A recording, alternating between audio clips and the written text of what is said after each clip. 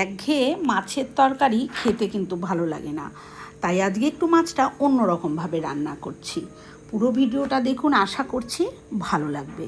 এখানে একটা বড় সাইজের টমেটো কুচিয়ে নিয়ে নিয়েছি, আর একটা বড় সাইজের পেঁয়াজও নিয়েছি। মাছ যেরকম হবে সেই পরিমাপে মশলা কিন্তু।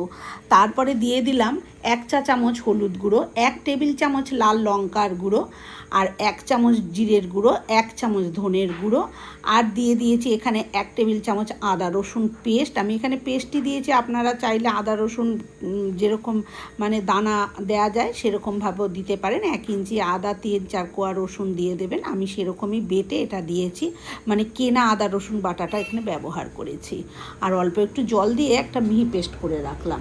এদিকে আমি আগে থেকেই কড়াইতে সর্ষের তেল গরম করে নুন হলুদ মেখে মাছগুলোকে আমি ভাজা বসিয়ে দিয়েছিলাম।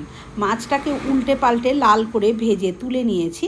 তারপরে ওই তেলেই দিয়ে দিলাম একটা তেজপাতা, একটা হচ্ছে ছোট এলাচ, 2টো দারচিনি, আর 1 ইঞ্চি মতন হচ্ছে 1 ইঞ্চি মতন মাপের দারচিনি, আর 2খানা ছোট লবঙ্গ দিয়ে তারপরে দিয়ে দিলাম 1/2 চামচ সাদা গোটা জিরে। দিয়ে ফোড়নটা ভালো মতন হয়ে গেলে যে মশলাটা বেটে রেখেছিলাম সেই মশলাটা আমি দিয়ে দিলাম।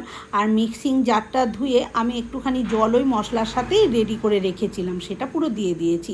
দিয়ে এবারে এটাকে ক্রমাগত নাড়তে থাকবো। গ্যাসের আঁচটা আমি মিডিয়াম টু লোতে করে দিয়েছি, কেন কম আঁচে মশলা কষালে সে মশলা খেতে কিন্তু বেশি স্বাদ হয়।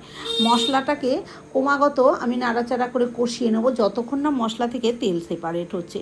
যখন মশলা থেকে তেলটা একদম আলাদা হয়ে যেতে শুরু করেছে সে সময় আমি এখানে জল দিয়ে দেবো।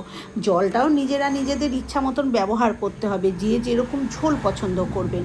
তারপরে আমি একটু চেখে দেখলাম এখানে লবণ হয়েছিল না, সেই জন্য একটু লবণ দিয়ে দিলাম।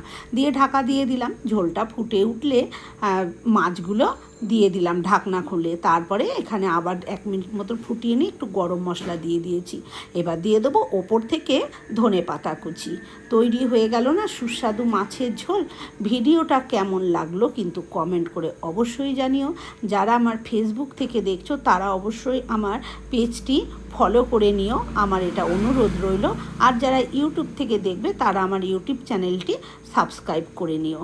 আজকের মতন এই পর্যন্ত। আবার হাজির হয়ে যাব অন্য কোনো রেসিপির সাথে। ততক্ষণ ভালো থাকবেন, সুস্থ থাকবেন। ধন্যবাদ।